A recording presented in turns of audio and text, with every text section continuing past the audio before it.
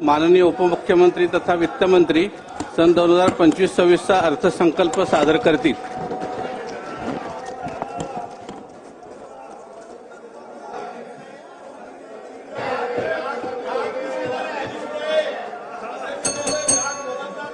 Budget ऐकायचं आहे ना?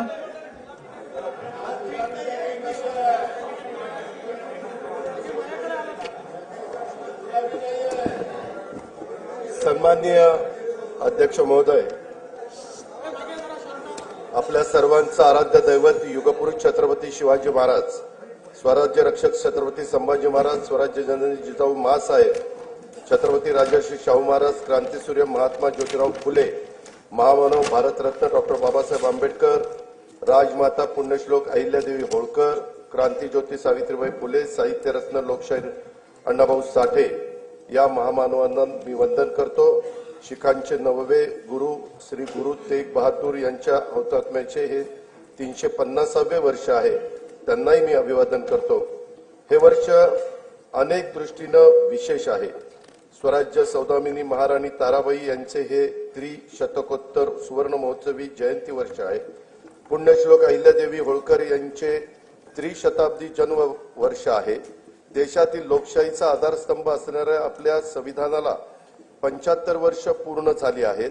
अशा या विशेष वर्षात आज अंमल की एकादशीच्या पवित्र दिवशी मला माझा 11वा अर्थसंकल्प मांडण्याची संधी मिळते, हे मी माझं भाग्य समजतो। नोव्हेंबर 2024 मध्ये झालेल्या विधानसभा निवडणुकीमध्ये जनतेने महायुतीला बहुमताचा अभूतपूर्व कौल दिला आहे। राज्यातील तमाम जनतेचे मी त्यासाठी आभार मानतो। मतदारांनी आमच्यावर दाखवलेला विश्वास जबाबदारीची जाणीव करून देणारा असून त्यांचा सन्मान राखण्याचं काम महायुतीच्या सरकारच्याकडून निश्चितपणे होईल याची ग्वाही मी देतो। 1 फेब्रुवारी 2025 रोजी सादर केलेल्या अर्थसंकल्पात केंद्र शासनाने आयकरामध्ये मोठी सूट देऊन मध्यमवर्गीयांना दिलासा दिला आहे। केंद्रीय अर्थसंकल्पातील तरतुदीमुळे राज्याच्या अनेक महत्वाकांक्षी योजनांना नक्कीच बळ मिळणार आहे। राज्यातील विविध पायाभूत सुविधा प्रकल्प, रेल्वे आणि कल्याणकारी योजनांच्यासाठी केंद्र शासनाने केलेल्या भरीव तरतुदी करता मी राज्याच्या जनतेच्या वतीनं भारताचे लोकप्रिय पंतप्रधान माननीय श्री नरेंद्र मोदी महोदयांचे मनपूर्वक आभार मानतो। यापुढील कालावधीतही असेच भरभक्कम पाठबळ केंद्र शासनाचे राज्याला लाभेल याची खात्री मी बाळगतो। लाडक्या बहिणी मिळाल्या धन्य झालो, कोटी 12 प्रियजनांना मान्य झालो, विकासाची केली कामे म्हणून आम्ही पुन्हा आलो। अध्यक्ष महोदय, मी आपल्या अनुमतीने सन 2025-26 या वर्षाचा राज्याचा अर्थसंकल्प सभागृहाला सादर करतो। सन 2047 पर्यंत भारत हे विकसित राष्ट्र व्हावे असा माननीय पंतप्रधान श्री नरेंद्र मोदी साहेबांचा संकल्प आहे। हा संकल्प सिद्धीस नेण्यासाठी महाराष्ट्र अव्वल दर्जाची कामगिरी करेल यात मला तिळमात्र शंका नाही। या सरकारच्या स्थापनेच्या वेळीस महाराष्ट्र आता थांबणार नाही असा संकल्प मुख्यमंत्री महोदयांनी केला आहे। विकसित भारत, विकसित महाराष्ट्र हे सूत्र प्रत्यक्षात आणण्यासाठी विकास चक्राला गती देणं आवश्यक आहे। हे लक्षात घेऊन राज्याचा शाश्वत व सर्वसमावेशक विकासाची रूपरेषा तयार करण्याचं काम हाती घेण्यात आले आहे। उद्योग, पायाभूत सुविधा, कृषी व संलग्न क्षेत्रे, सामाजिक व इतर क्षेत्राच्या विकासासाठी महत्त्वाच्या तरतुदी करणारा हा अर्थसंकल्प आहे। महाराष्ट्र आता थांबणार नाही, विकास आता लांबणार नाही।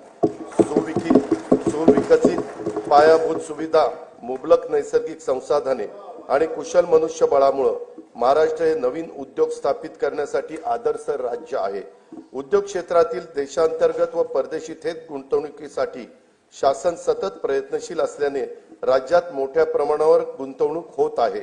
अर्थव्यवस्थेच्या विकास चक्राला चालना देण्यासाठी खासगी तसेच शासकीय गुंतवणूक, नागरिकांचा उपभोग खर्च आणि निर्यात या 4 प्रमुख घटकांच्या मध्ये वृद्धी होणं आवश्यक आहे। शासनाने पायाभूत सुविधांवर केलेल्या गुंतवणुकीमुळे तसेच उद्योगांना दिलेल्या विविध प्रोत्साहनामुळे मोठ्या प्रमाणावर थेट देशी व परदेशी गुंतवणूक आकर्षित होत आहे। खासगी गुंतवणुकीचे उत्पादनात मोठ्या प्रमाणावर वाढ होत आहे। रोजगारात वाढ होऊन उत्पन्नात वृद्धी होत आहे। या व्यतिरिक्त शासनाच्या विविध योजनांचा लाभ लाभार्थींच्या बँक खात्यात थेट जमा करण्यात येत असल्याने क्रय शक्ती वाढली आहे। त्याचा परिणाम बाजारात वस्तू व सेवांच्या मागणीत वाढ होण्यात झालेला आहे। परिणामी गुंतवणूक, रोजगार निर्मिती, वाढीव उत्पन्न, मागणी, गुंतवणूक असे विकास चक्र फिरते आहे। औद्योगिक विकासात राज्य सदैव अग्रेसर असून थेट विदेशी गुंतवणुकीच्या बाबतीतही देशात अव्वल आहे। जानेवारी 2025 मध्ये दावोस येथे झालेल्या जागतिक आर्थिक परिषदेमध्ये राज्य शासनाद्वारे एकूण 56 कंपन्यांच्या सोबत सामंजस्य करार करण्यात आले। त्याद्वारे येत्या काळात 15,72,654 कोटी रुपयांची गुंतवणूक होणार आहे। त्यातून 16 लाख रोजगार निर्मिती होईल असा अंदाज आहे। महायुतीचे सरकार स्थापन झाल्यानंतर राज्याच्या सर्वांगीण प्रगतीसाठी मंत्रालयीन विभाग तसेच क्षेत्रीय कार्यालयासाठी 100 दिवसाचा 7 कलमी कृती आराखडा तयार करण्यात आला। या कृती आराखड्यात संकेतस्थळाचा विकास, सुलभ जीवनमान, स्वच्छता, जनतेच्या तक्रारीचे निवारण, कार्यालयातील सोयी सुविधा, गुंतवणुकीचा प्रसार, क्षेत्रीय कार्यालयांना भेटी आदींचा समावेश करण्यात आला आहे। या कार्यक्रमामुळे प्रशासन कार्यक्षम, पारदर्शक, गतिशील, लोकाभिमुख होऊन राज्य प्रगतीच्या शिखरावर जाईल याची आम्हाला खात्री आहे। या कार्यक्रमाच्या अंमलबजावणीचे मूल्यमापन त्रयस्थ संस्थांकडून करून घेऊन उत्कृष्ट काम करणाऱ्या कार्यालयांचा गौरव करण्यात येणार आहे आणि हा कार्यक्रम निरंतर ठेवण्याचा निर्णय हा देखील घेण्यात आलेला आहे। महाराष्ट्राचं नवीन औद्योगिक धोरण 2025 लवकरच जाहीर करण्यात येणार आहे। त्या धोरणांच्या 5 वर्षाच्या कालावधीत 40 लाख कोटी रुपयांची गुंतवणूक व 50 लाख रोजगार निर्मितीचं उद्दिष्ट असेल। नवीन औद्योगिक धोरणाबरोबरच आकाश व संरक्षण क्षेत्र उत्पादन धोरण, इलेक्ट्रॉनिक्स धोरण, जेम्स अँड ज्वेलरी धोरण, सूक्ष्म लघु व मध्यम उपक्रम धोरण, चक्रीय अर्थव्यवस्थेसाठी स्वतंत्र क्षेत्रीय धोरण जाहीर करण्यात येणार आहे। केंद्र शासनाच्या नवीन कामगार संहितेनुसार नवीन कामगार नियम तयार करण्यात येणार आहेत। निर्यातीमध्ये भरीव वाढ होण्यासाठी राज्याने महाराष्ट्र राज्य निर्यात प्रोत्साहन धोरण 2023 जाहीर केले असून राज्यात 37 विशेष आर्थिक क्षेत्रे, 8 कृषी निर्यात क्षेत्रे, निर्यात केंद्रित 27 औद्योगिक पार्क उभारण्यात आले आहेत। त्यामुळे देशाच्या एकूण निर्यातीत राज्याचं योगदान 15.4% झाले आहे। याशिवाय एक जिल्हा एक उत्पादन, जिल्ह्यांना निर्यात केंद्र म्हणून विकसित करणं, राज्य जिल्हा निर्यात प्रोत्साहन परिषद असे काही महत्त्वाचे उपक्रम राज्यात राबवण्यात येत आहेत। सन 2023-24 मध्ये 5,56,379 कोटी रुपयांची तर 24-25 मध्ये नोव्हेंबर 2024 पर्यंत 3,58,439 कोटी रुपयाची उत्पादने निर्यात करण्यात आली आहेत। राज्याचे लॉजिस्टिक धोरण 2024 जाहीर करण्यात आले असून त्याद्वारे 10,000 एकराहून अधिक क्षेत्रावर समर्पित लॉजिस्टिक पायाभूत सुविधा विकसित करण्यात येणार आहेत। प्रकल्पांना देऊ केलेल्या विशेष प्रोत्साहन व सुविधांमुळे सुमारे 5 लाख प्रत्यक्ष व अप्रत्यक्ष रोजगारांची निर्मिती होणार आहे। मुंबई महानगर प्रदेश हे आंतरराष्ट्रीय दर्जाचे आर्थिक विकास केंद्र म्हणजेच ग्रोथ हब म्हणून विकसित करण्याचा निर्णय घेण्यात आला आहे। वांद्रे कुर्ला संकुल, कुर्ला वरळी, वडाळा, गोरेगाव, नवी मुंबई, खारघर व विरार बोईसर या 7 ठिकाणी आंतरराष्ट्रीय दर्जाची व्यापारी केंद्र निर्माण केली जाणार आहेत। त्यामुळे मुंबई महानगर प्रदेशाची अर्थव्यवस्था सध्या $140 बिलियन वरून सन 2030 पर्यंत $300 बिलियन तर सन 2047 पर्यंत $1.5 ट्रिलियन पर्यंत नेण्याचं उद्दिष्ट आहे। एकेकाळी नक्षलग्रस्त म्हणून ओळखला जाणारा गडचिरोली जिल्हा आता स्टील हब म्हणून उदयास येत आहे। दावोस येथे झालेल्या जागतिक आर्थिक परिषदेमध्ये गडचिरोली जिल्ह्याकरता 21,830 कोटी रुपयांची गुंतवणुकीचे सामंजस्य करार करण्यात आले। त्यातून 7,500 रोजगार निर्मिती होणे अपेक्षित आहे। गडचिरोली जिल्ह्यातील दळणवळणासाठी खनिकर्म महामार्गाचे जाळी विकसित केले जात आहे। त्याकरता पहिल्या टप्प्यात सुमारे 500 कोटी रुपये किमतीची कामे हाती घेण्यात येणार आहेत। समतोल प्रादेशिक विकासाला प्रोत्साहन देण्यासाठी सामूहिक प्रोत्साहन योजना राबवण्यात येत आहे। यासाठी या योजनेअंतर्गत सन 2025-26 मध्ये 6,400 कोटी रुपये प्रोत्साहन अनुदान प्रस्तावित आहे। महावितरण कंपनीने येत्या 5 वर्षासाठी विजेचा दर निश्चित करण्याचा प्रस्ताव महाराष्ट्र विद्युत नियामक आयोगाकडे सादर केला आहे। ऊर्जा क्षेत्रातील नियोजन व कमी दराच्या हरित ऊर्जेच्या खरेदीमुळे येत्या 5 वर्षात वीज खरेदी खर्चामध्ये 1,13,000 कोटी रुपयांची बचत होईल असा अंदाज आहे। यामुळे राज्यातील औद्योगिक वीज दर इतर राज्यांच्या तुलनेने कमी होतील। बेंगळुरू मुंबई इंडस्ट्रियल कॉरिडॉरसाठी भूसंपादनाची कारवाई सुरू असून या प्रकल्पामुळे राज्यातील अवर्षण प्रवण भागात उद्योगाची स्थापना होऊन रोजगार निर्मितीला चालना मिळेल। राज्याला तांत्रिक वस्त्रोद्योगाचं जागतिक केंद्र म्हणून विकसित करण्याकरता महाराष्ट्र टेक्निकल टेक्सटाईल मिशन ची स्थापना करण्यात येणार आहे। विदर्भातील कापूस उत्पादन शेतकऱ्यांना उत्पन्नात वाढ होण्यासाठी याचा उपयोग होईल। हातमाग विणकरांना प्रोत्साहन आणि सुविधा देण्यासाठी नागपूर येथे अर्बन हाट केंद्राची स्थापना करण्यात येणार आहे। गुंतवणूकदार आणि उद्योजकांना राज्यात व्यवसायासाठी अधिक पूरक परिसंस्था विकसित करण्याच्या उद्देशाने जुलै 2023 मध्ये महाराष्ट्र उद्योग व्यापार व गुंतवणूक सुविधा कायदा लागू करण्यात आला आहे।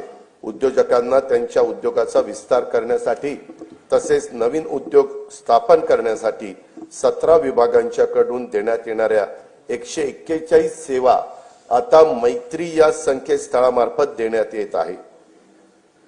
आम्हावरी खिळले डोळे उद्याच्या पिढ्यांचे, आज स्वप्न बघतो आम्ही उद्याच्या दिसांचे। नवीन पिढीला रोजगारांच्या संधी उपलब्ध करून देण्यासाठी तसेच नव उपक्रमांमध्ये राज्य अग्रेसर व्हावे यासाठी नवी मुंबई येथे 250 एकर क्षेत्रावर नाविन्यता नगर इनोव्हेशन सिटी उभारण्यात येणार आहे। रतन टाटा महाराष्ट्र राज्य कौशल्य विद्यापीठाकडून मायक्रोसॉफ्ट कंपनी मार्फत 10,000 महिलांना कौशल्य व कृत्रिम बुद्धिमत्ता या विषयाचे प्रशिक्षण देण्यात येत आहे। सन 2025-26 या वर्षाकरता कार्यक्रम खर्चाकरता उद्योग विभागास 1,021 कोटी रुपये, कामगार विभागास 171 कोटी रुपये, वस्त्रोद्योग विभागास 774 कोटी रुपये आणि कौशल्य रोजगार उद्योजकता आणि नाविन्यता विभागास 807 कोटी रुपयाचा नियतव्यय प्रस्तावित आहे। पायाभूत सुविधांच्या मध्ये 1 रुपयाची गुंतवणूक केली तर स्थूल राज्य उत्पन्नामध्ये 2.5 ते 3.5 रुपयांची वाढ होते। हे लक्षात घेऊन विमानचालन, रेल्वे, मेट्रो, महामार्ग, जलमार्ग, जलवाहतूक, बंदर विकास, सिंचन, ऊर्जा, परिवहन व दळणवळण येत्या क्षेत्रात येत्या 5 वर्षात विक्रमी गुंतवणूक करण्याचा शासनाचा निर्धार आहे। महाराष्ट्र सागरी विकास धोरण 2023 मध्ये बंदर विकासाकरता स्वामित्व धन, अकृषी कर, वीज शुल्क आणि मुद्रांक शुल्क यातून सूट देण्यात आली आहे। विजेसाठी औद्योगिक दर लागू करण्यात आला आहे। प्रवासी जलवाहतूक व किनारी पर्यटनाला चालना देण्यासाठी प्रवासी व बंदर करातून सूट देण्यात आली आहे। बंदराच्या करारांचा कमाल कालावधी देखील आता 90 वर्ष करण्यात आला आहे। जवाहरलाल नेहरू बंदर प्राधिकरण आणि महाराष्ट्र सागरी मंडळ हे संयुक्तरित्या पालघर जिल्ह्यात वाढवण बंदर विकसित करीत आहे। या प्रकल्पाचा एकूण खर्च 76,220 कोटी रुपये असून त्यात राज्य शासनाचा सहभाग 26% आहे। वाढवण बंदरामुळे 300 दशलक्ष मेट्रिक टन वार्षिक माल हाताळणी क्षमता निर्माण होणार आहे। जवाहरलाल नेहरू बंदराच्या सध्याच्या क्षमतेपेक्षा ती तिप्पट असणार आहे। सन 2030 पर्यंत नव्या बंदरातून माल वाहतूक सुरू होणे अपेक्षित आहे। या बंदराचा समावेश कंटेनर हाताळणी करणाऱ्या जगातील पहिल्या 10 बंदरामध्ये होणार असल्याने महाराष्ट्र राज्य भविष्यात सागरी दळणवळणातील महाशक्ती म्हणून उदयास येईल। वाढवण बंदराजवळ मुंबईतले 3रे विमानतळ प्रस्तावित असून मुंबई अहमदाबाद बुलेट ट्रेनचं स्थानकही या बंदराजवळ असणार आहे। हे बंदर समृद्धी महामार्गाला देखील जोडण्यात येणार आहे। पालघर जिल्ह्यात मौजे बुर्बे येथे बंदर निर्मितीच्या 4,259 कोटी रुपये किमतीच्या प्रकल्पास खासगी क्षेत्राच्या सहभागाने मंजुरी देण्यात आली आहे। गेटवे ऑफ इंडिया मुंबई येथून मांडवा एलिफंटापर्यंत सुरक्षित प्रवासाकरिता अत्याधुनिक सुविधायुक्त बोटींच्यासाठी आर्थिक प्रोत्साहन देण्याचं धोरण जाहीर करण्यात येणार आहे. मुंबईचे गेटवे ऑफ इंडिया लगत रेडिओ क्लब येथे प्रवासी वाहतुकीकरता सुसज्ज जेटीचे 229 कोटी 27 लाख रुपये किमतीचे काम सुरू आहे.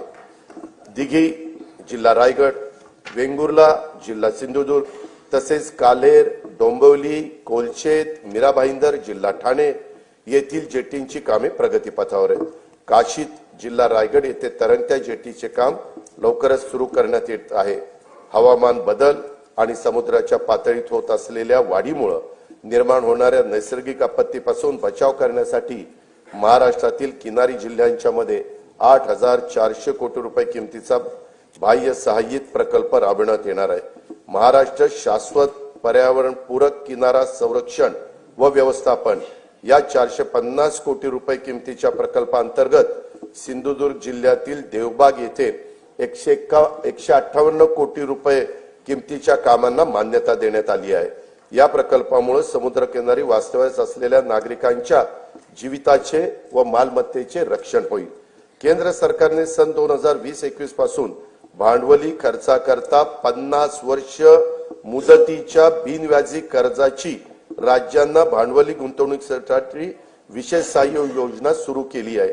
या योजनेतून राज्याला 2021 ते 23-24 या कालावधीत 13,807 कोटी रुपयाचा निधी प्राप्त झाला आहे.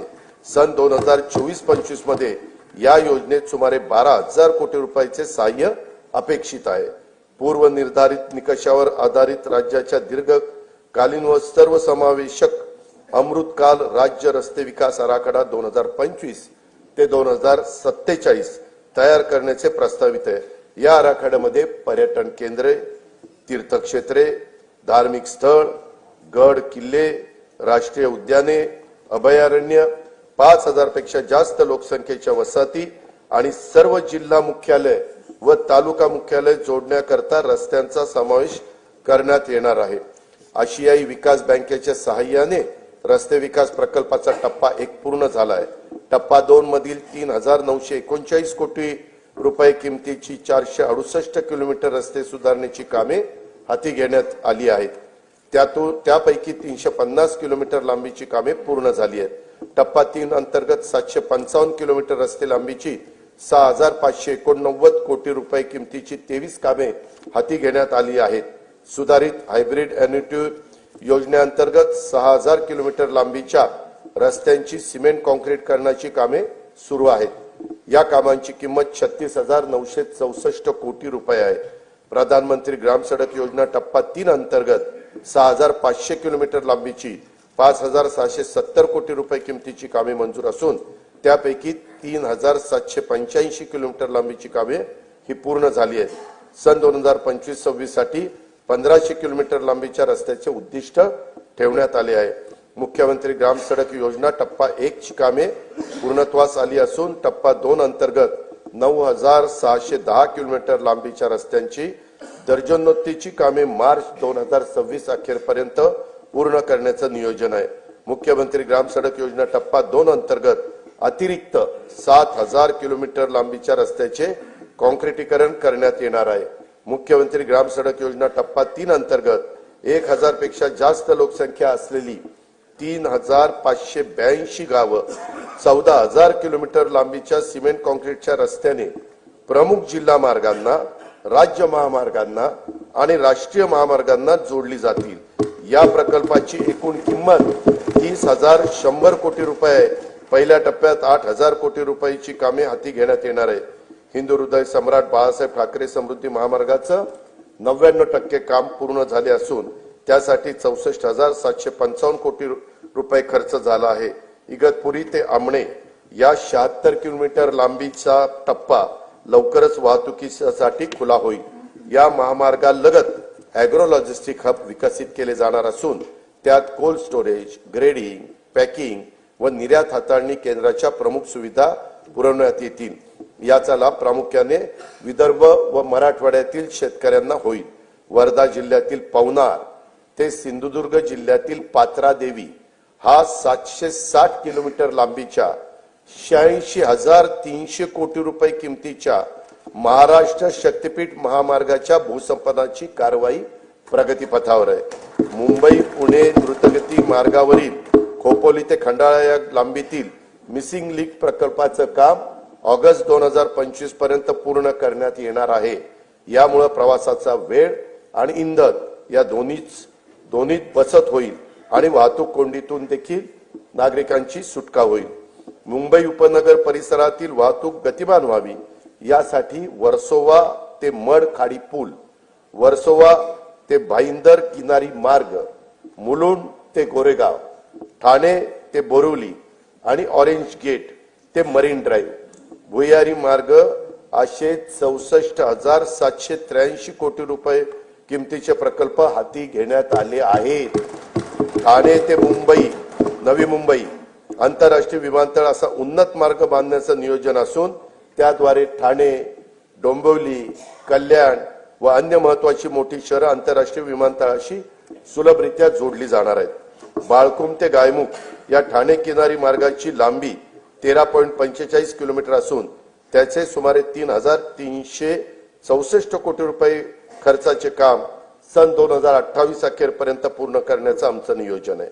शिवडी वरळी या 1,051 कोटी रुपये किमतीच्या उन्नत जोड रस्त्यांचे काम मार्च 2026 अखेर पूर्ण करण्यात येणार आहे. स्वातंत्र्यवीर सावरकर सागरी सेतू वांद्रे ते वर्सोवा या दरम्यानचे 14 किलोमीटर लांबीचे 18,120 कोटी रुपये खर्चाचे काम मे 2028 पर्यंत पूर्ण करण्याचं आमचं नियोजन आहे. उत्तन ते विरार या सागरी सेतू व जोड रस्त्याच्या 55 किलोमीटर लांबीचा 87,427 कोटी रुपये किमतीचा प्रकल्प हा हाती घेण्यात येणार आहे. पुणे ते शिरूर या 54 किलोमीटर लांबीच्या 7,515 कोटी रुपये किमतीचा उन्नत मार्गाचे बांधकाम हाती घेण्यात येत आहे. तळेगाव चाकण शिक्रापूर या रस्त्याच्या तळेगाव ते चाकण या 25 किलोमीटर लांबीत 4 पदरी उन्नत मार्ग प्रस्तावित आहे. या प्रकल्पासाठी 6,499 कोटी रुपये खर्च अपेक्षित आहे. मुंबई, नागपूर, पुणे महानगरातील नागरिकांना पर्यावरणपूरक, शाश्वत, विनाअडथळा व वातानुकूलित वाहतूक सुविधा उपलब्ध करून देण्यासाठी एकूण 143.57 किलोमीटर लांबीचे मेट्रो मार्ग कार्यान्वित करण्यात आले आहेत.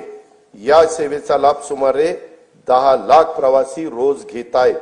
येत्या वर्षात मुंबईत 41.2 किलोमीटर व पुण्यामध्ये 23.2 किलोमीटर असे 64.4 किलोमीटर लांबीचे मेट्रो मार्ग सुरू होणार आहेत. येत्या 5 वर्षामध्ये आपल्या राज्यात एकूण 237.5 किलोमीटर लांबीचे मेट्रो मार्ग कार्यान्वित करण्यात येणार आहेत. नागपूर मेट्रोचा 40 किलोमीटर लांबीचा पहिला टप्पा पूर्ण झालाय. आता दुसऱ्या टप्प्यात 6,708 कोटी रुपये किमतीच्या 43.80 किलोमीटर लांबीचे काम प्रगतीपथावर आहे. ठाणे वर्तुळाकार मेट्रो मार्ग तसेच पुण्यातील स्वारगेट ते कात्रज विस्तार मार्गिका आणि या प्रकल्पास केंद्र शासनाने मान्यता पण दिलेली आहे.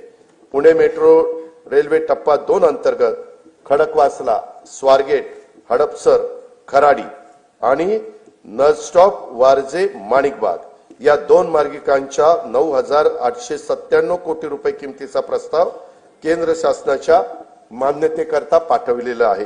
मुंबईतील छत्रपती शिवाजी महाराज आंतरराष्ट्रीय विमानतळ ते नवी मुंबई आंतरराष्ट्रीय विमानतळ या मेट्रो मार्गाचे काम लवकरच हाती घेण्यात येणार आहे. नवी मुंबईतील उल्वे येथे 1,160 हेक्टर क्षेत्रामध्ये नव्याने विकसित होत असलेल्या नवीन मुंबई आंतरराष्ट्रीय विमानतळाची दरवर्षी 90 दशलक्ष प्रवासी आणि 2.6 दशलक्ष टन माल वाहतुकीची क्षमता असणार आहे. या प्रकल्पाचे सुमारे 85% काम पूर्ण झाले असून चाचणी उड्डाणेही यशस्वीरित्या पार पडली आहेत.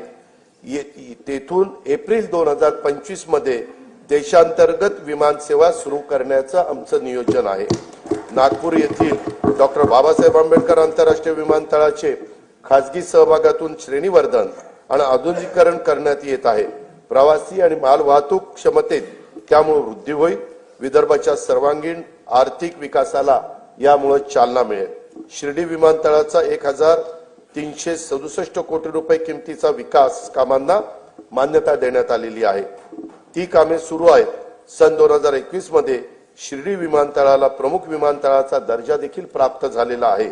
नाईट लँडिंगची सुविधाही लवकरच सुरू करण्यात येणार आहे. अमरावतीमधील बेलोरा विमानतळाचे काम पूर्ण झाले असून तेथून 31 मार्च 2025 पासून प्रवासी सेवा सुरू करण्याचं आमचं नियोजन आहे. रत्नागिरी विमानतळासाठी 147 कोटी रुपये किमतीची कामे प्रगतीपथावर आहेत. गडचिरोली येथील नवीन विमानतळ सर्वेक्षण आणि अन्वेषणाची कामे ही सुरू केलेली आहेत. अकोला विमानतळाच्या विस्तारासाठी आवश्यक जो निधी लागेल तो उपलब्ध करून देण्यात येणार आहे. महाराष्ट्र राज्य मार्ग परिवहन महामंडळाच्या 6000 डिझेल बसेसचं रूपांतर सीएनजी आणि एलएनजी बसमध्ये करण्याची प्रक्रिया सुरू आहे. महामंडळाला नवीन बस खरेदीसाठी देखील शासनाकडून अर्थसहाय्य उपलब्ध करून देण्यात येणार आहे. सन 2025-26 या वर्षासाठी कार्यक्रम खर्चाकरता बंदरे विभागास 484 कोटी रुपये, सार्वजनिक बांधकाम रस्ते विभागास 19,936 कोटी रुपये, परिवहन विभागास 3,710 कोटी रुपये, नगर विकास विभागास 10,729 कोटी रुपये, ग्राम विकास विभागास 11,480 कोटी रुपये, पर्यावरण व वातावरणातील बदल विभागास 245 कोटी रुपये, ऊर्जा विभागास 21,534 कोटी रुपये नियतवे प्रस्तावित आहे. अध्यक्ष महोदय, काळी माती ज्याची शान तिच्यात राबे विसरुनी भान, पोशिंदा हा आहे आपला कृतज्ञतेने ठेवू जाण, देऊ योजना अशा तया की राहील त्याचे हिरवे रान. शेती आणि शेतकरी हा आपल्या जीवनाचा मूलाधार आहे. त्यांच्याबद्दल कृतज्ञता व्यक्त करून मी आता शेती आणि शेती संबंधी क्षेत्राच्या योजना आणि तरतुदीकडे वळतो. नानाजी देशमुख कृषी संजीवनी प्रकल्पाचा दुसरा टप्पा 21 जिल्ह्यातील 7201 गावांमध्ये राबवण्यात येत असून या प्रकल्पासाठी सन 2025-26 मध्ये 351 कोटी 42 लाख रुपयाचा नियतवे प्रस्तावित आहे. कृषी क्षेत्रामध्ये कृत्रिम बुद्धिमत्ता अत्याधुनिक तंत्रज्ञानाचा वापराचं धोरण आखण्यात येत आहे. शेतकऱ्यांना पीक नियोजनाचा सल्ला देणं, उत्पादन खर्च शेतकऱ्यांचा कमी करणं, उत्पादकता शेतकऱ्यांची वाढवणं, दर्जेदार शेतमालाचे उत्पादन तसेच शेतमालाला हक्काची आणि शाश्वत बाजारपेठ मिळवून देणं यासाठी शासकीय, निमशासकीय व खासगी क्षेत्रात उपयुक्त असलेल्या प्रणाली शेतकऱ्यांच्या पर्यंत पोहोचवण्यासाठी कृत्रिम बुद्धिमत्ता तंत्रज्ञानाचा वापर करण्यात येणार आहे. पहिल्या टप्प्यात 50,000 शेतकऱ्यांच्या 1,00,000 एकर क्षेत्राला त्याचा फायदा होईल. येत्या 2 वर्षात त्यासाठी 500 कोटी रुपयाचा निधी उपलब्ध करून देण्यात येणार आहे. राज्यातील अपूर्ण सिंचन प्रकल्पाची कामे पूर्ण करणे आणि महाराष्ट्र सिंचन सुधारणा कार्यक्रमाअंतर्गत कालवे वितरण प्रणालीतील सुधारणेची सुमारे 5,000 कोटी रुपये किमतीची कामे नाबार्ड अर्थसहाय्याच्या पहिल्या टप्प्यात मंजूर करण्यात आली आहे. जलयुक्त शिवार अभियान 2.0 अंतर्गत 5,818 गावांच्या मध्ये 4,227 कोटी रुपये किमतीची 1,48,888 कामे हाती घेण्यात आलेली आहेत. अभियानातील सर्व कामे मार्च 2026 पर्यंत पूर्ण करण्यात येणार आहेत. गाळमुक्त धरण, गाळमुक्त शिवार ही योजना राज्यात कायमस्वरूपी राबवण्यात येणार आहे. सन 2025-26 मध्ये 6.45 कोटी घनमीटर गाळ काढण्याचं उद्दिष्ट निश्चित करण्यात आलं असून त्याकरता 382 कोटी रुपये खर्च अपेक्षित आहे. वैनगंगा, नळगंगा नदी जोड प्रकल्पास तत्वता मान्यता देण्यात आली आहे. या प्रकल्पाची अंदाजित किंमत 88,574 कोटी रुपये असून प्रकल्पाचे लाभ क्षेत्र 3,71,277 हेक्टर राहणार आहे. या प्रकल्पाचा लाभ नागपूर, वर्धा, अमरावती, यवतमाळ, अकोला आणि बुलढाणा या 6 जिल्ह्यांना होणार आहे. प्रकल्पाची सविस्तर सर्वेक्षण अन्वेषणाची कामे ही सुरू आहेत. नार पार गिरणा नदीजोड प्रकल्पाद्वारे नाशिक व जळगाव जिल्ह्यातील 49,516 हेक्टर क्षेत्राला सिंचनाचा लाभ होणार आहे. या प्रकल्पाची अंदाजित किंमत 7,500 कोटी रुपये आहे. दमणगंगा एकदरे गोदावरी या नदीजोड प्रकल्पामुळे 3.55 टीएमसी पाणी उपलब्ध होणार असून त्यामुळे जायकवाडी धरणाच्या लाभ क्षेत्रातील 9,766 हेक्टर क्षेत्र पुनर्स्थापित होईल. नाशिक जिल्ह्यातील 2,987 हेक्टर क्षेत्राला देखील यामुळे सिंचनाचा लाभ होणार आहे. या प्रकल्पाची अंदाजित किंमत 2,300 कोटी रुपये आहे. शासनाचा महत्वाकांक्षी तापी महापुनर्भरण हा 19,300 कोटी रुपये किमतीचा सिंचन प्रकल्प हाती घेण्याचं ठरवले आहे. या प्रकल्पामुळे उत्तर महाराष्ट्र आणि पश्चिम विदर्भातील विशेषतः खारपान पट्ट्यातील शेतकऱ्यांच्या जीवनात आमूलाग्र बदल होऊन त्यांच्या उत्पन्नात वाढ होणार आहे. कोकणातील उल्हास आणि वैतरणा नद्यांच्या खोऱ्यातून 54.70 टीएमसी पाणी गोदावरी खोऱ्यामध्ये वळवण्याचा प्रकल्प हाती घेण्यात येणार आहे. यातून मराठवाड्याला 2,40,000 हेक्टर क्षेत्राच्या सिंचनासाठी पाणी उपलब्ध होईल. या प्रकल्पाचं पण सर्वेक्षणाचं आणि अन्वेषणाचं काम सुरू आहे. सांगली जिल्ह्यातील म्हैसाळ उपसा सिंचन योजनेसाठी 200 मेगावॉट क्षमतेच्या 1,594 कोटी रुपये किमतीच्या सौर ऊर्जा प्रकल्पाला मान्यता देण्यात आलेली आहे. गोसीखुर्द राष्ट्रीय प्रकल्पातून डिसेंबर 2024 अखेर 12,332 हेक्टर सिंचन क्षमता निर्माण झाली असून हा प्रकल्प जून 2026 पर्यंत पूर्ण करण्याचं नियोजन आहे. सन 2025-26 करता 1,460 कोटी रुपयाचा नियतव्यय याकरता प्रस्तावित आहे. उदंचन जलविद्युत प्रकल्पाद्वारे वीज निर्मिती व वीज वापराचे संतुलन साधून सुरळीत वीज पुरवठा करणं शक्य होतं. सार्वजनिक खासगी भागीदारीद्वारे राज्यातील 38 उदंचन जलविद्युत प्रकल्पासाठी सामंजस्य करार करण्यात आले असून त्यातून 2.95 लाख कोटी रुपयाची गुंतवणूक व 90,000 रोजगार निर्माण होणार आहेत. मुख्यमंत्री बळीराजा मोफत वीज योजनेअंतर्गत 7.5 हॉर्सपॉवर पर्यंतच्या 45 लाख कृषी पंपांना मोफत वीज पुरवण्यात येत आहे. डिसेंबर 2024 अखेर 7,978 कोटी रुपयांची वीज सवलत या योजनेच्या द्वारे देण्यात आली आहे. केंद्र शासनाच्या राष्ट्रीय नैसर्गिक शेती अभियानांतर्गत 2,13,625 लाभार्थी शेतकऱ्यांना येत्या 2 वर्षासाठी 255 कोटी रुपयांचा निधी उपलब्ध करून देण्यात येणार आहे.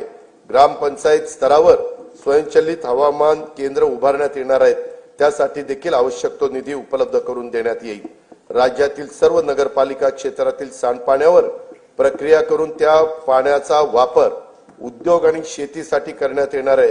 त्यासाठी 8,200 कोटी रुपये किमतीचे प्रकल्प हाती घेण्यात येणार आहेत. राज्यातील बांबू उत्पादक शेतकऱ्यांना प्रोत्साहन देणे, बांबूला बाजारपेठ उपलब्ध करून देणे आणि बांबू आधारित उद्योगांना चालना देण्यासाठी राज्यात 4,300 कोटी रुपये किमतीच्या बांबू लागवड प्रकल्प राबवण्यात येणार आहे. संयुक्त राष्ट्र संघाने सन 2025 हे वर्ष आंतरराष्ट्रीय सहकार वर्ष म्हणून घोषित केले आहे. त्या अनुषंगाने राज्यात विविध कार्यक्रम महोत्सव आयोजित करण्यात येणार असून त्यासाठी पुरेसा निधी देखील उपलब्ध करून देण्यात येईल. लहान सीमांत शेतकरी व कृषी नव उद्योजकांना केंद्रस्थानी ठेवून शेतमालाच्या मूल्य साखळ्यांच्या विकासासाठी 2,100 कोटी म्हणजेच 2100 कोटी रुपये किमतीचा माननीय बाळासाहेब ठाकरे कृषी व्यवसाय व ग्रामीण परिवर्तन स्मार्ट प्रकल्प राबवण्यात येत आहे. नवीन तंत्रज्ञानाचा वापर करून राज्य शाश्वत उच्च मूल्य असलेल्या कृषी व्यवसायाचे केंद्र व्हावे यासाठी Maharashtra agri business network magnet 2.0 हा सुमारे 2100 कोटी रुपयाचा बाह्य सहाय्यित प्रकल्प राबवण्यात येणार आहे. देशी गाईचे संगोपन, संवर्धन आणि संशोधनासाठी देवलापार जिल्हा नागपूर येथे गौ विज्ञान अनुसंधान केंद्रास सहाय्य केले जाईल. नवी मुंबईत महामुंबई आंतरराष्ट्रीय बाजार, मुंबईत मरोळमध्ये आंतरराष्ट्रीय मत्स्य बाजार तसेच आरमोरी जिल्हा गडचिरोली येथे रेशीम कोष खरेदी विक्री बाजारपेठ स्थापन करण्यात येणार आहे। ज्या तालुक्यामध्ये बाजार समिती अस्तित्वात नाही तेथे किमान एक स्वतंत्र बाजार समिती स्थापन करण्याचं ठरवण्यात आले। त्यासाठी एक तालुका एक बाजार समिती योजना राबवण्यात येणार आहे। कृषी क्षेत्रातील 16,000 मेगावॉट विजेची मागणी हरित ऊर्जेतून पूर्ण करण्याचे उद्दिष्ट ठेवण्यात आले आहे।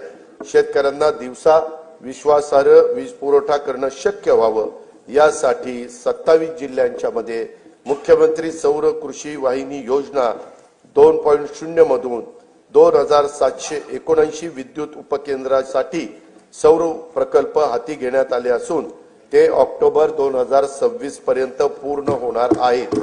जानेवारी 2024 पासून आतापर्यंत 2,90,129 सौर कृषी पंप स्थापित करण्यात आले आहेत। सध्या प्रत्येक दिवशी 1,000 पंप या गतीने सौर कृषी पंपाची स्थापना करण्यात येत आहे। बी बियाणं, यंत्रसामुग्री, खते आणि शेतमालाच्या वाहतुकीसाठी महत्वाच्या असलेल्या शेत व पाणंद रस्त्याच्या बांधणीसाठी बळीराजा शेत व पाणंद रस्ते रामटेकच्या धर्तीवर ही योजना सुरू करण्यात येणार आहे। सन 2025-26 या वर्षासाठी कार्यक्रम खर्चाकरता कृषी विभागाला 9,710 कोटी रुपये, पशुसंवर्धन, दुग्ध विकास व मत्स्य व्यवसाय विकास विभागाला 635 कोटी रुपये, फलोत्पादन विभागाला 708 कोटी रुपये, मृद व जलसंधारण विभागाला 4,247 कोटी रुपये, जलसंपदा व खारभूमी विभागाला 16,456 कोटी रुपये, मदत व पुनर्वसन विभागाला 638 कोटी रुपये, रोजगार हमी योजना विभागाला 2,205 कोटी रुपये, सहकार व पणन विभागाला 1,178 कोटी रुपये, अन्न नागरी पुरवठा विभागाला 526 कोटी रुपयाचा नियतव्यय प्रस्तावित आहे। महिला, बालके, युवक, गरीब व वंचित घटकांवर लक्ष केंद्रित करून त्यांच्यासाठी अन्न सुरक्षा, निवारा, पिण्याचे शुद्ध पाणी, आरोग्य सेवा, शिक्षण सुविधा आणि रोजगार स्वयंरोजगाराच्या संधी उपलब्ध करून त्याद्वारे सर्वसामान्य माणसांच्या जीवनात गुणात्मक बदल घडवण्यासाठी राज्यात लोककल्याणकारी योजनांची अंमलबजावणी करण्यात येत आहे। त्या दृष्टीने राज्याचे आरोग्य आणि ज्येष्ठ नागरिक धोरण हे जाहीर करण्यात येणार आहे। सर्वांसाठी घरे हे उद्दिष्ट येत्या 5 वर्षात साध्य करण्याचे राज्याचे नवीन गृहनिर्माण धोरण लवकरच जाहीर करण्यात येणार आहे। राज्यात प्रधानमंत्री आवास योजना, पीएम जनमन या केंद्र पुरस्कृत तर रमाई आवास, शबरी आवास, आदिम आवास, पारधी आवास, अटल बांधकाम कामगार वसाहत, यशवंतराव चव्हाण मुक्त वसाहत, पुण्यश्लोक अहिल्यादेवी होळकर आवास, मोदी आवास तसेच धर्मवीर आनंद दिघे घरकुल या योजना राबवण्यात येत आहेत। त्या अंतर्गत आतापर्यंत 44,07,000 घरकुलं मंजूर करण्यात आली आहे। प्रधानमंत्री आवास योजना ग्रामीण टप्पा 2 अंतर्गत सन 2024-25 करता 20 लाख घरकुलांच्या उद्दिष्टापैकी सुमारे 18,38,000 घरकुलांना मंजुरी दिली असून 14,71,000 लाभार्थींना पहिल्या हप्त्यासाठी 2,200 कोटी रुपये वितरित करण्यात आले आहेत। ही योजना राबवण्यात महाराष्ट्र देशात प्रथम क्रमांकावर आहे। लोकप्रतिनिधी आणि लाभार्थींच्या मागणीला प्रतिसाद म्हणून राज्य सरकारकडून या योजनेच्या अनुदानात 50,000 रुपयाची वाढ करण्यात येणार आहे। या सर्व घरकुलांच्या छतावर सौर ऊर्जा संच देखील बसवले जाणार आहेत। प्रधानमंत्री आवास योजना शहरी 1 अंतर्गत 4,42,748 घरकुलं मंजूर असून त्यापैकी 2,08,304 घरकुलांचे बांधकाम हे पूर्ण झाले आहे। घरकुलांचे बांधकाम 31 डिसेंबर 2025 पर्यंत पूर्ण करण्यात येणार आहे। प्रधानमंत्री आवास योजना शहरी 2.0 अंतर्गत पुढील 5 वर्षासाठी 5 लाख घरकुलांचे उद्दिष्ट असून त्यासाठी 8,100 कोटी रुपयाचा निधी उपलब्ध करून देण्यात येणार आहे।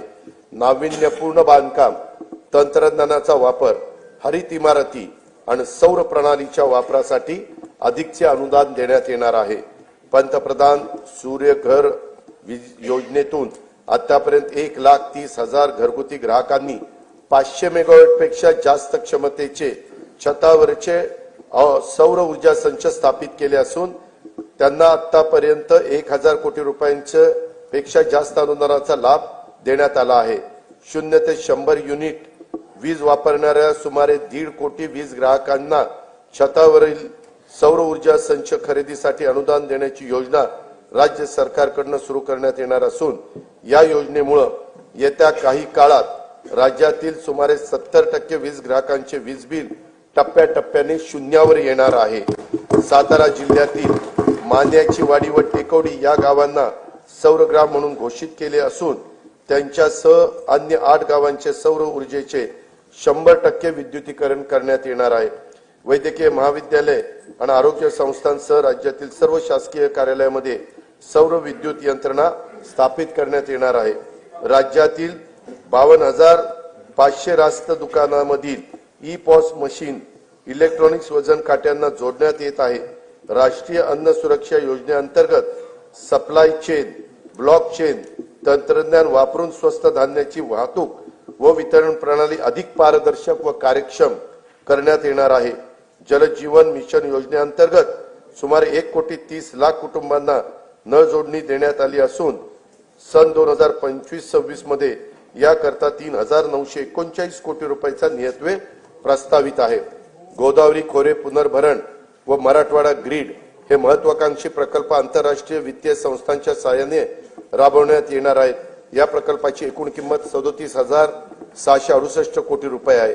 स्वच्छ भारत अभियान ग्रामीण टप्पा 2 अंतर्गत घनकचरा, सांडपाणी व प्लास्टिक कचरा व्यवस्थापन, सार्वजनिक स्वच्छता संकुल तसेच घरगुती स्वच्छता गृहांची कामे हाती घेण्यात आली असून 2025-26 मध्ये त्याकरता 1,484 कोटी रुपयाचा नियतव्यय प्रस्तावित आहे. प्रत्येक व्यक्तीला त्याच्या घरापासून 5 किलोमीटर परिघात दर्जेदार प्राथमिक आरोग्य सेवा उपलब्ध व्हावी यासाठी विशेष कार्यक्रम हाती घेण्यात येणार आहे. आयुष्यमान भारत प्रधानमंत्री जन आरोग्य योजनेची ओळखपत्रे कालबद्ध पद्धतीने वितरित करण्यात येणार असून महात्मा फुले जन आरोग्य योजने अंगीकृत रुग्णालयाच्या संख्येत आवश्यकतेनुसार वाढ करण्यात येणार आहे. ठाणे येथे 200 खाटांचे तर रत्नागिरी जिल्ह्यात 100 खाटांचे संदर्भ सेवा रुग्णालय आणि रायगड जिल्ह्यात 200 खाटांचे अतिविशेषोपचार रुग्णालय उभारण्यात येत आहे. स्वर्गीय बाबा आमटे आणि साधनाताई आमटे यांनी स्थापन केलेल्या महारोगी सेवा समितीच्या अमृत महोत्सवी वर्षाच्या निमित्तानं आनंदवनला देण्यात येणाऱ्या प्रतिरुग्ण पुनर्वसन अनुदानात भरीव वाढ करण्यात येणार आहे. राज्यातील मागासवर्ग व दुर्बल घटकांच्यासाठी निवारा, वीज, पाणी, आरोग्य, शिक्षण, पोषण तसेच रोजगाराच्यासाठी योजना राबवण्यात राज्य अग्रेसर असून महायुती सरकार या घटकांचा जीवनस्तर उंचावण्यासाठी कटिबद्ध आहे. का आम्हा सत्ता मिळाली जाण आहे, का आम्हा सत्ता मिळाली जाण आहे, करायचे काय याचे भान आहे. साथ द्या आम्हा नेऊ राज्य पुढती, उंच त्याची न्यावयाची शान आहे.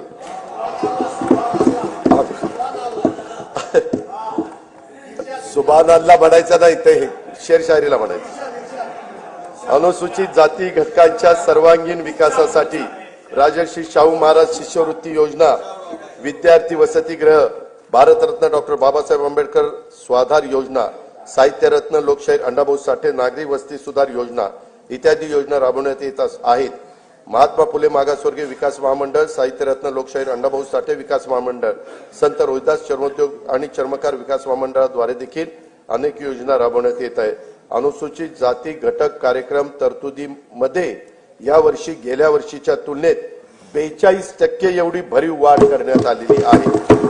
आदिवासी समाजाच्या सर्वांगीण विकासासाठी भारतरत्न डॉक्टर APJ अब्दुल कलाम अमृत आहार योजना, नमो आदिवासी स्मार्ट शाळा अभियान, आदर्श आश्रम शाळा, ठक्कर बाप्पा आदिवासी विकास योजना तसंच पंडित दीनदयाळ उपाध्याय स्वयं योजना आदी कार्यक्रम राबवण्यात येत आहे.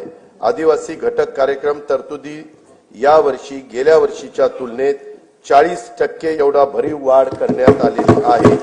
इतर मागासवर्ग, विमुक्त जाती, भटक्या जमाती तसेच विशेष मागास प्रवर्गातील समाजाच्या सर्वांगीण विकासासाठी, ऊसतोड कामगारांच्या मुलांसाठी आश्रमशाळा, विद्यानिकेतन, क्रांतीज्योती सावित्रीबाई फुले शिष्यवृत्ती योजना, डॉक्टर पंजाबराव देशमुख वसतिगृह योजना, तांडा वस्तीमुक्त वसाहत योजना आदी कार्यक्रम राबवण्यात येत आहे. धनगर तसेच गोवारी समाजाकरता आदिवासी उपाययोजनेच्या धर्तीवर एकूण 22 कल्याणकारी योजना राबवण्यात येत आहेत. बौद्ध, जैन, शीख, पारसी, ख्रिश्चन, यहुदी व मुस्लिम या अल्पसंख्याक समुदायातील घटकांच्या विकासासाठी विविध योजना राबवण्यात येत असून अल्पसंख्याक संशोधन व प्रशिक्षण संस्था स्थापन करण्यात आलेली आहे. या संस्थेला देखील पुरेसा निधी उपलब्ध करून देण्यात येईल. दिव्यांगांच्यासाठी शिष्यवृत्ती, कृत्रिम अवयव व साध्य विकत घेण्यासाठी तसेच स्वयंरोजगारासाठी अर्थसहाय्य अशा योजना राबवण्यात येत आहेत. दिव्यांग कल्याणासाठी जिल्हा वार्षिक योजनेतून किमान 1% निधी राखीव ठेवण्याचा निर्णय देखील घेण्यात आलेला आहे. राज्यातील विविध समाजातील उन्नतीसाठी 18 महामंडळे स्थापन करण्यात आली असून विविध योजनांचा लाभ घेणे लाभार्थ्यांना सुलभ व्हावे यासाठी या महामंडळाच्या सर्व योजना एकाच संकेतस्थळावर आणण्याचं राज्य सरकारचं नियोजन आहे. सन 2025-26 या वर्षाच्या करता सामाजिक न्याय व विशेष सहाय्य विभागाला 25,581 कोटी रुपये, आदिवासी विकास विभागाला 21,495 कोटी रुपये, इतर मागास व बहुजन कल्याण विकास विभागाला 4,368 कोटी रुपये, दिव्यांग कल्याण विभागाला 1,526 कोटी रुपये आणि अल्पसंख्याक विकास विभागाला 812 कोटी रुपयाचा नियतव्यय प्रस्तावित आहे. असंघटित कामगार कल्याण आभासी महामंडळाकडून 1,75,00,000 असंघटित कामगार आणि शेतमजुरांच्यासाठी सामाजिक सुरक्षा योजना राबवण्याचा विचाराधीन आहे. संजय गांधी निराधार योजना, श्रावणबाळ सेवा राज्य निवृत्ती वेतन योजना तसेच अन्य विशेष सहाय्य योजनातील अर्थसहाय्य सर्व लाभार्थींना बँक खात्यात थेट जमा करण्यात येणारे डीबीटी पद्धतीनं. लेख लाडकी योजनेअंतर्गत 1,13,000 लाभार्थींना थेट लाभ देण्यात आला आहे.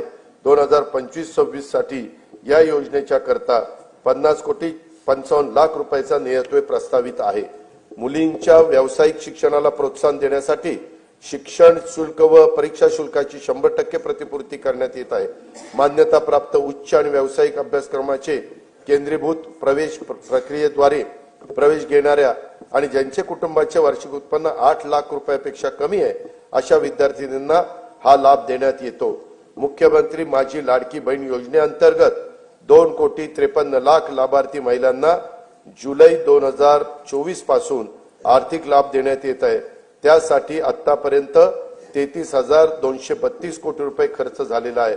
2025-26 मध्ये या योजनेच्या करता 36,000 कोटी रुपयाचा नियतव्यय प्रस्तावित आहे.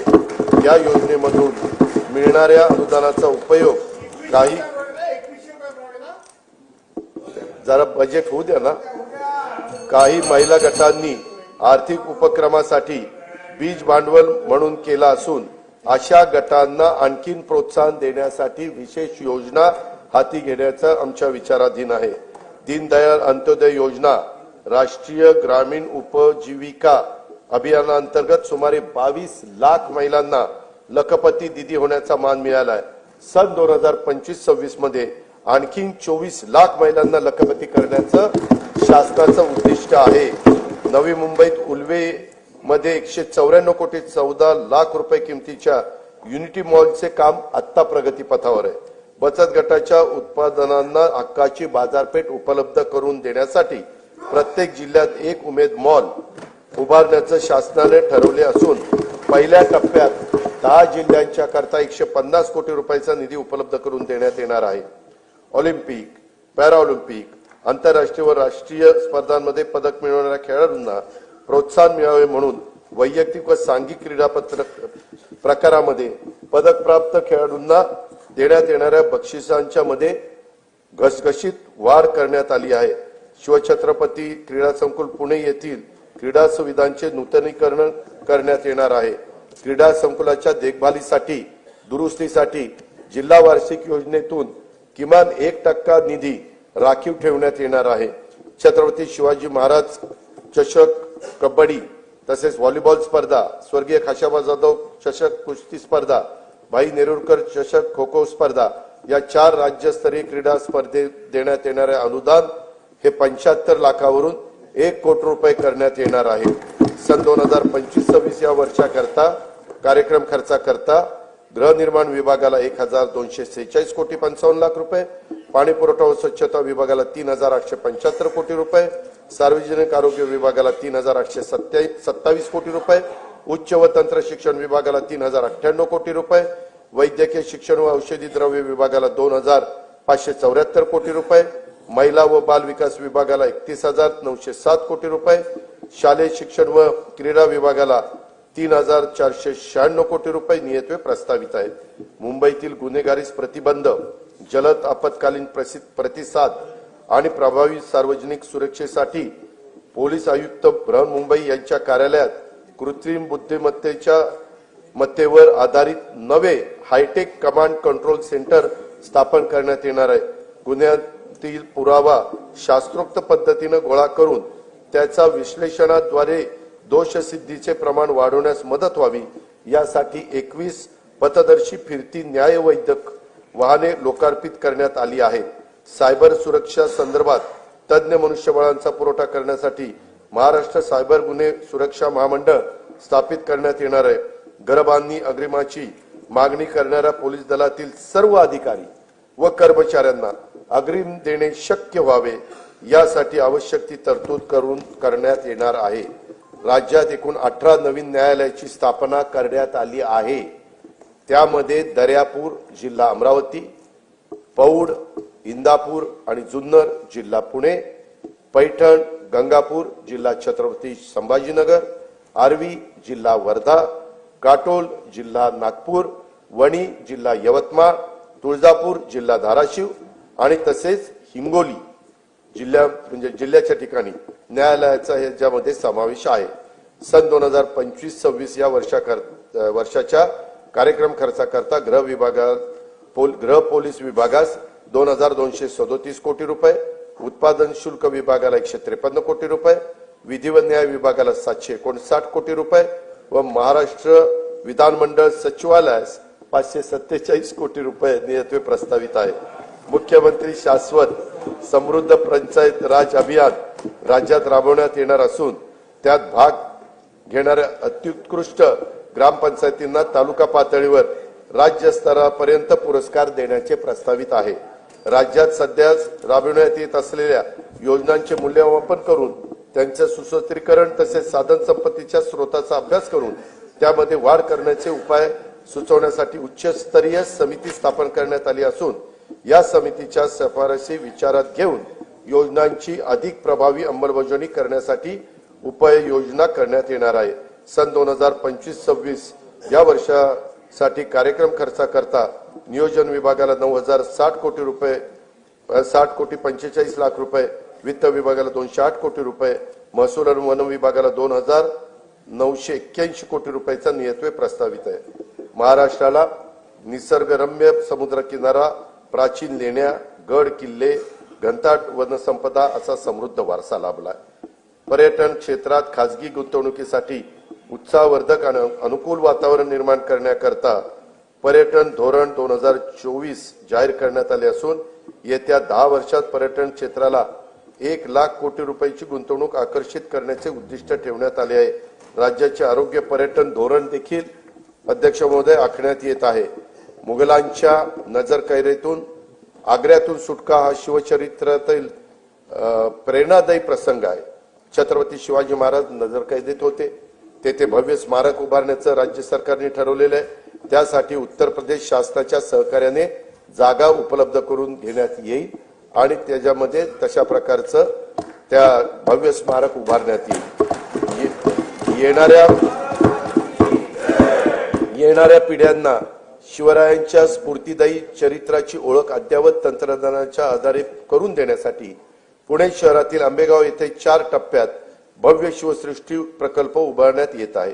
त्यातील 2 टप्प्याचं काम पूर्ण झालेलं आहे। उर्वरित काम गती होण्यासाठी राज्य सरकारकडून आणखी 50 कोटी रुपयाचा निधी उपलब्ध करून देण्यात येणार आहे. छत्रपती शिवरायांनी स्थापन केलेल्या स्वराज्याच्या रक्षण आणि विस्तारासाठी जीवन समर्पित केलेल्या असीम शौर्य आणि धैर्याने लढलेल्या सर्व लढायात विजयश्री मिळवणाऱ्या छत्रपती संभाजी महाराजांच्या पराक्रमाच्या खुणा महाराष्ट्रात जिथे आहेत त्या कोकणातील संगमेश्वर हे एक ठिकाण आहे. औरंगजेबाच्या महाकाय सेनेशी महाराजांनी बोटावर मोजता येतील एवढ्या शूर मावळ्यांना सोबत घेऊन येथेच पराक्रमाची शर्थ केली. स्वराज्याच्या साठी प्राणाची आहुती देणाऱ्या स्वाभिमानी राज्याच्या पराक्रमाची स्मृती कायमस्वरूपी जपण्यासाठी संगमेश्वर येथे त्यांचं भव्य स्मारक उभारण्याची घोषणा मी त्या ठिकाणी करतो. छत्रपती संभाजी महाराजांचे पवित्र बलिदान स्थळ असलेल्या मौजे तुळापूर व समाधी स्थळ मौजे वडू बुद्रुक येथे त्यांचं भव्य स्मारकाचं काम अतिशय जोरात प्रगतीपथावर आहे.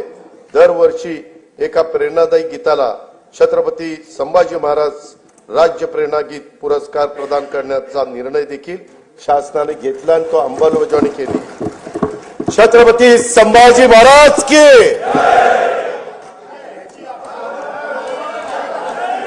स्वराज्यासाठी बलिदान देणाऱ्या लाखो मराठ्यांचं शौर्याचं प्रतीक म्हणून हरियाणातील पानिपत येथे यथायोग्य स्मारक ऐका जरा येथे हरियाणातील पानिपत येथे यथायोग्य स्मारक उभारण्याचा निर्णय आम्ही घेतलेला आहे. मराठ्यांच्या शौर्याचं प्रतीक आहे. हरियाणा शासन पण आमचेच मुख्यमंत्री आहेत.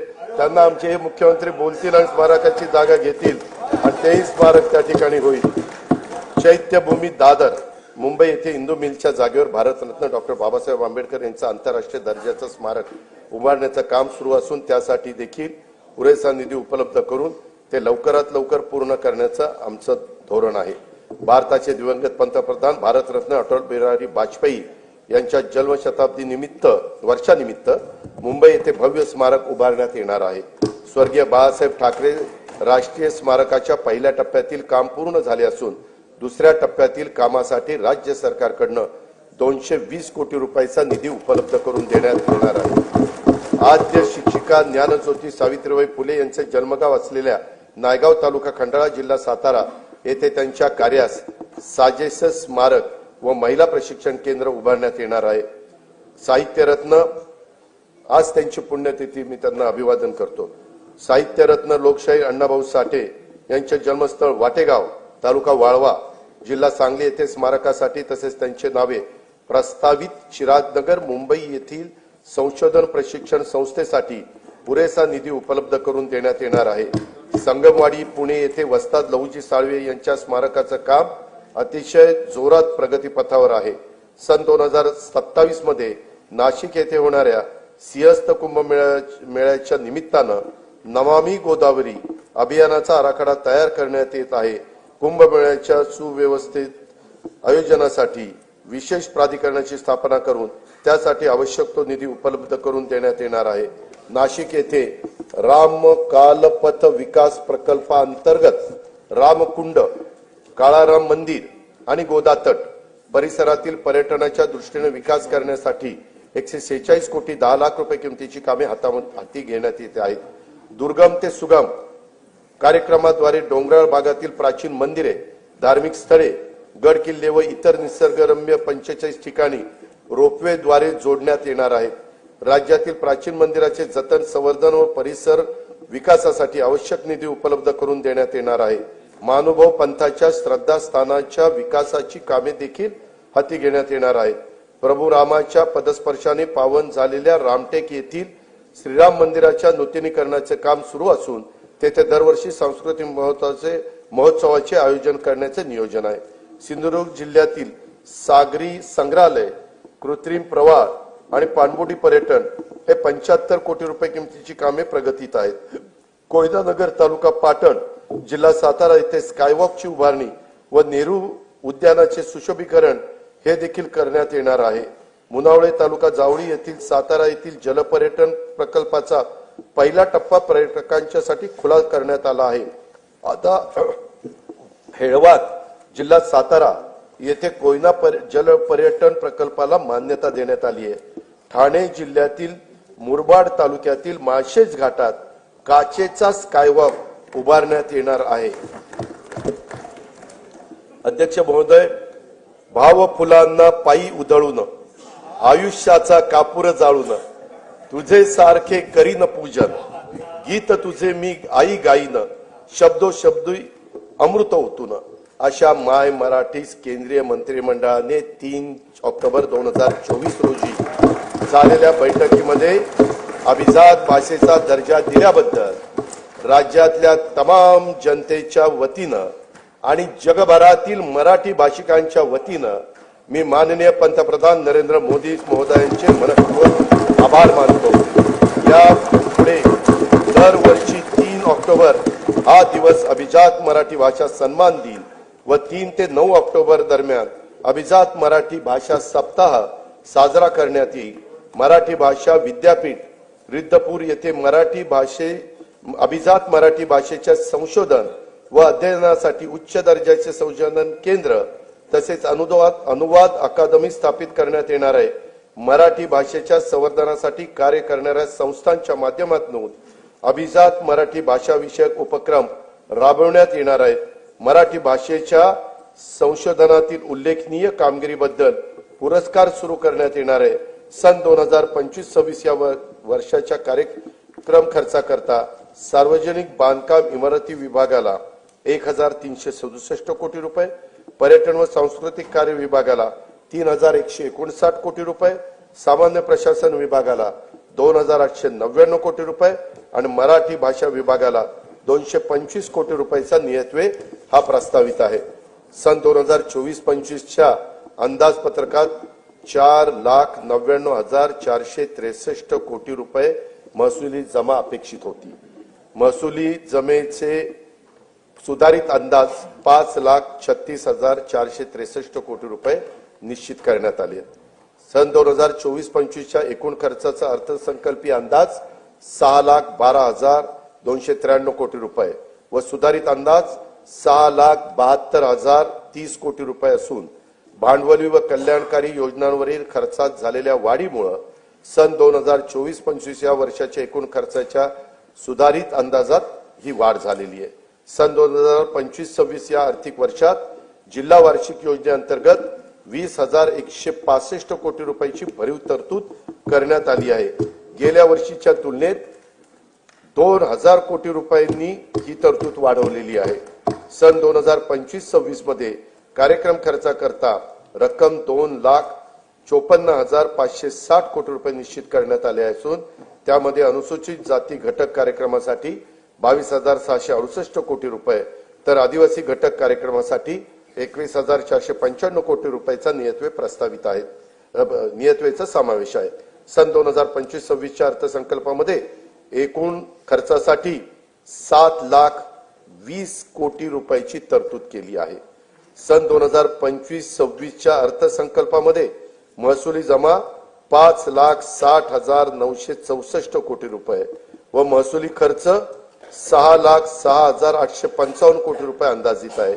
परिणामी 45,891 कोटी रुपये अंदाजित तूट येत आहे. राजकोषीय सुधारणांमध्ये राज्य नेहमीच अग्रेसर राहिले आहे. राजकोषीय उत्तरदायित्व व वित्तीय व्यवस्थापन कायद्यानुसार राज्याच्या राजकोषीय तूट स्थूल राज्य उत्पन्नाच्या 3% कमी ठेवण्यात शासन यशस्वी झाले आहे. तसेच राज्याची महसुली तूट ही सातत्याने स्थूल राज्याच्या उत्पन्नाच्या 1% कमी राहिलेली आहे. 25-26 ची राजकोषीय तूट 1,36,235 कोटी रुपये. यानंतर अध्यक्ष महोदय, मी अर्थसंकल्पाच्या भाग 2 कडे त्या ठिकाणी वळतो. अध्यक्ष महोदय, मी आता अर्थसंकल्पाचा तुला गरज आहे पाण्याची. मी आता अर्थसंकल्पाचा भाग 2 माननीय सभागृहासमोर सादर करीत आहे. सन 2024-25 या आर्थिक वर्षासाठी राज्याच्या स्वतःच्या कर महसुलाचे अर्थसंकल्पीय उद्दिष्ट 3,43,040 कोटी रुपये एवढे निश्चित करण्यात आले होते. सन 2024-25 या आर्थिक वर्षासाठी राज्याचा स्वतःचा कर महसुलाचा सुधारित अंदाज 3,67,467 कोटी रुपये एवढा प्रस्तावित करण्यात येत आहे. 25-26 या आर्थिक वर्षासाठी राज्याच्या स्वतःच्या कर महसुलात अर्थसंकल्पीय उद्दिष्ट 3,87,674 कोटी रुपये एवढे प्रस्तावित आहे. वस्तू व सेवा कर कायदा लागू करण्यापूर्वी राज्य कर विभागातर्फे राबवण्यात आलेल्या विविध कायद्यानुसार सार्वजनिक क्षेत्रातील उपक्रमाकडे असलेली थकबाकीची तडजोड करण्यासाठी मी अभय योजना जाहीर करत आहे. सदर अभय योजनेचे नाव महाराष्ट्र कर व्याज शास्ती किंवा विलंब शुल्क सार्वजनिक क्षेत्रातील कंपन्यांची प्रदेय असलेल्या यांच्या थकबाकीची तडजोड करण्यासाठी अधिनियम 2025 असे असेल. या अभय योजनेचा कालावधी प्रस्तावित कायदा लागू झाल्याच्या दिनांकापासून दिनांक 31 डिसेंबर 2025 पर्यंत असेल. सध्या व्यक्तिगत मालकीच्या परिवहनेतर 4 चाकी CNG व LPG वाहनांवर वाहन प्रकार आणि किमतीनुसार 7 ते 9% दराने मोटार वाहन कराची आकारणी केली जाते. या कराच्या दरामध्ये 1% वाढ प्रस्तावित करीत आहे. सदर वाढीमुळे राज्याला 25-26 मध्ये 150 कोटी रुपयाचा अतिरिक्त महसूल मिळणे अपेक्षित आहे. राज्यात 30 लाखापेक्षा अधिक किमतीच्या इलेक्ट्रॉनिक वाहनांवर 6% दराने मोटार वाहन कराची आकारणी करण्याचे प्रस्तावित आहे. मोटार वाहन कराची कमाल मर्यादा ही 20 लाखाची होती, ती आता 30 लाख रुपये करण्याचे प्रस्तावित आहे. कमाल मर्यादेत प्रस्तावित वाढीमुळे 2025-26 मध्ये राज्याला सुमारे 170 कोटी रुपयाचा अतिरिक्त महसूल मिळेल असे अपेक्षित आहे. बांधकामासाठी वापरल्या जाणाऱ्या क्रेन्स, कॉम्प्रेसर, प्रोजेक्टर्स आणि एक्सकॅव्हेटर्स या प्रकारातील वाहनांना अनिवार्यपणे एक रकमी वाहनाच्या किमतीच्या 60% दराने मोटार वाहन कर आकारण्याचं प्रस्तावित आहे. प्रस्तावित मोटार वाहन कर सुधारणेमुळे 2025-26 मध्ये राज्याला सुमारे 180 कोटी रुपयाचा अतिरिक्त महसूल मिळणे अपेक्षित आहे. राज्यात 7,500 किलो वजनाच्या माल वाहतूक करणाऱ्या हलक्या वाहनांवर, ज्याला आपण LGV म्हणतो, अनिवार्य एक रकमी वाहनांच्या किमतीत 60% दराने मोटार वाहन कर आकारण्याचे प्रस्तावित करीत आहे. प्रस्तावित मोटार वाहन कर सुधारणेमुळे 25-26 मध्ये राज्याला सुमारे 625 कोटी रुपयाचा अतिरिक्त महसूल मिळणे अपेक्षित आहे. महाराष्ट्र मुद्रांक अधिनियम कलम 4 नुसार एकाच व्यवहाराच्या पूर्ततेसाठी एकापेक्षा जास्त दस्तऐवजांचा वापर केल्यास पूरक दस्तऐवजांना ₹100 ऐवजी ₹500 इतकी मुद्रांक शुल्क आकारण्याचे प्रस्तावित आहे. महाराष्ट्र मुद्रांक अधिनियमातील कलम 31(1) नुसार एखाद्या दस्तावर भरावयाच्या मुद्रांक शुल्काबाबत दस्त अभिनिर्णय प्रक्रियेसाठी सध्या आकारण्यात येणारे शुल्क ₹100 ऐवजी 1000 इतके करण्याचे, तसेच निष्पादित दस्त निर्णयासाठी दाखल करताना देखील प्रथम दर्शनी देय असणाऱ्या मुद्रांक शुल्काची रक्कम जमा करण्याची तरतूद प्रस्तावित करण्यात येत आहे. नागरिकांना ऑनलाईन पद्धतीने मुद्रांक शुल्काचा भरणा करणे व प्रमाणपत्र देणे हे सुलभ व्हावे यासाठी महाराष्ट्र मुद्रांक अधिनियम कलम 10(3) व 4 मध्ये ई मुद्रांक प्रमाणपत्राची नवी तरतूद लागू करण्याचे प्रस्तावित आहे. वरील प्रस्तावांना सन्माननीय सदस्यांचा पाठिंबा मिळेल असा विश्वास मी व्यक्त करतो. अध्यक्ष महोदय, हा अर्थसंकल्प म्हणजे विकास चक्राला गती देण्यासाठी संकल्पना आणि कृती यांचा घातलेला संतुलित मेळ आहे. विकसित महाराष्ट्र घडवण्यासाठी सर्वांनी मिळून हातभार लावण्याची हीच वेळ आहे. विकास संकल्प, विकासाचा ध्यास, मनी धरू आस विकासाची, विकास चक्राला देऊन या गती, साधूया प्रगती वेगातची, मिळून या सारे राज्य विकसित, राष्ट्र विकसित करू चला, राष्ट्र विकसित करू चला, राज्य विकसित करू चला. जय हिंद, जय महाराष्ट्र. सन 2024-2026 या अर्थसंकल्प सभागृहात सादर करण्यात आला. अर्थसंकल्पीय प्रकाशनाचे पेनड्राईव्ह असलेल्या सूटकेसेस सन्मान्य सदस्यांना देण्याची व्यवस्था वित्त विभागातर्फे विधान भवनाकरिता आरक्षित असलेल्या वाहनतळाच्या मोकळ्या जागेवर उभारण्यात आलेल्या मंडपामध्ये विधान भवन मुंबई येथे करण्यात आली आहे. सन्मान्य सदस्यांनी वितरण केंद्रावरून सदर प्रकाशनाचे पेनड्राईव्ह असलेले सूटकेसेस प्राप्त करून घ्याव्यात. तसेच सदर अर्थसंकल्पीय प्रकाशनचे महाराष्ट्र विधिमंडळाच्या व शासनाच्या संकेतस्थळावरून उपलब्ध करून देण्यात येतील.